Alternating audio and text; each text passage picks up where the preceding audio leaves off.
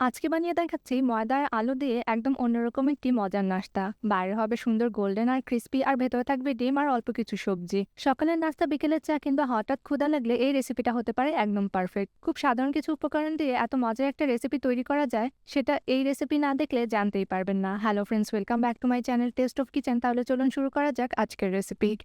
প্রথমে একটা বাটিতে নিয়ে নিচ্ছি 1 কাপ ময়দা, 1/4 চা চামচ লবণ, আর এর মধ্যে দিয়ে দিচ্ছি 2টি সেদ্ধ আর ম্যাশ করে রাখা আলু। এবার সবকিছু ভালোভাবে মিশিয়ে নিচ্ছি। এবার অল্প অল্প করে দুধ দিয়ে সবকিছু একসঙ্গে মিশিয়ে একটা নরম ডো তৈরি করে নিচ্ছি।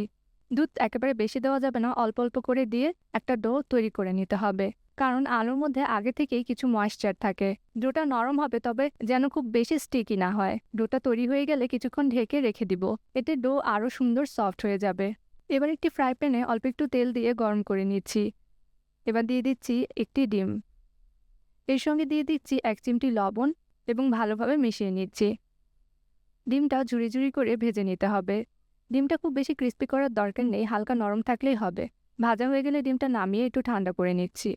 বন্ধুরা, আপনারা আমার এই রেসিপিটি কে কোন জায়গা থেকে দেখছেন অবশ্যই কমেন্ট করে জানাবেন। আপনার কমেন্ট আমাকে নতুন নতুন রেসিপি বানাতে অনুপ্রেরণা যোগায়।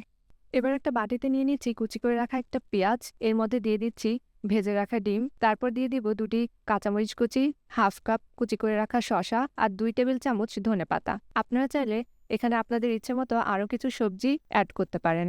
এখন এর মধ্যে দিয়ে দিচ্ছি 1/4 টিস্পুন চাট মশলা আর 1 চিমটি লবণ। এবার সবকিছু ভালোভাবে মিশিয়ে নিচ্ছি। দেখতেই পাচ্ছেন কত সুন্দর কালারফুল একটা ফিলিং তৈরি হয়েছে। এবার ডো থেকে ছোট একটা পোর্শন নিয়ে নিচ্ছি। হাতে একটু চ্যাপ্টা করে নিয়ে বেলুন দিয়ে হালকা পাতলা করে বেলে নিচ্ছি। এখন মাঝখানে পরিমাণ মতো ডিমের মিশ্রণটা দিয়ে দিব। খেয়াল রাখবেন একদম বেশি ফিলিং দেওয়া যাবে না, তাহলে ফোল্ড করার সময় সবজিগুলো বাইরে বের হয়ে যেতে পারে। এবার চারপাশ থেকে ডোটা তুলে ভালোভাবে ফোল্ড করে নেব। হাত দিয়ে কিনারাগুলো চেপে সিল করে নেব। ভালোভাবে সিল করা খুবই গুরুত্বপূর্ণ, এতে ভাজার সময় ফিলিং বাইরে বের হবে না এবং নাস্তার শেপও সুন্দর থাকবে। এখন একটা প্যানে পরিমাণ মতো তেল দিয়ে মিডিয়াম হিটে গরম করে নিচ্ছি। খুব বেশি গরম করা যাবে না।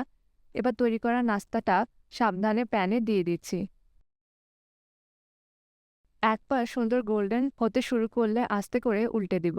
মাঝারি আঁচে ধীরে ধীরে 2 পাশ ভেজে নিতে হবে, যাতে সুন্দর ক্রিস্পি হয় আর ভেতরটাও ভালোভাবে গরম হয়ে যায়।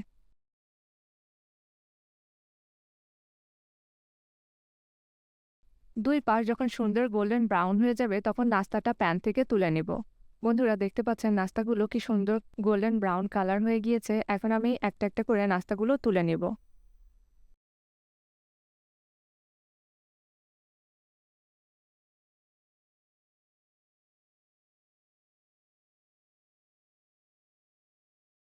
এবার পরিবেশন করার পালা। গরম গরম কেচাপ বা পছন্দের সসের সঙ্গে পরিবেশন করুন। একবার বানিয়ে দেখলে বুঝবেন এত সহজ উপকরণ দিয়ে এমন মজার নাস্তা সত্যিই বারবার বানাতে ইচ্ছে করবে। বাইরে একদম গোল্ডেন আর ক্রিস্পি, আর আর ভেতরে থাকবে ডিম, পেঁয়াজ, শসা আর মশলার এত সুন্দর একটা কম্বিনেশন। এই রেসিপিটা ভালো লাগলে অবশ্যই একটা লাইক দিবেন, ফ্যামিলি অ্যান্ড ফ্রেন্ডসের সঙ্গে রেসিপিটি শেয়ার করবেন, আর এমন আরও সহজ আর মজার রেসিপি পেতে ফলো করতে ভুলবেন না।